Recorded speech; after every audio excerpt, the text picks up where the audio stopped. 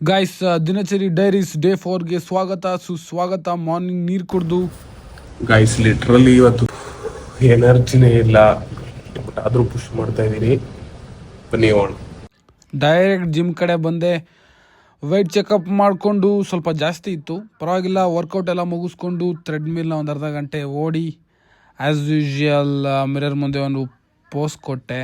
ಒಂದು ಸಜೆಷನ್ ಏನಪ್ಪ ಅಂದರೆ, ನಿಮ್ಗೆ ಯಾವಾಗ ಲೇಝಿ ಫೀಲ್ ಆಗ್ತಿರುತ್ತೆ, ಗಿವ್ ಅಪ್ ಫೀಲ್ ಆಗ್ತಿರುತ್ತೆ, ದಯವಿಟ್ಟು ಪುಷ್ ಮಾಡಿ. ಯಾಕಂದರೆ ರಿಸಲ್ಟ್ಸ್ ಮಾತ್ರ ಕ್ರೇಜಿಯಾಗಿರುತ್ತೆ ಅಂತ ಹೇಳ್ತಾ ಟಿಫನ್ ಮಾಡಿಕೊಂಡು ಡೈರೆಕ್ಟ್ ಆಫೀಸ್ಗೆ ಹೋಗಿ ಲಾಗಿನ್ ಆದೆ.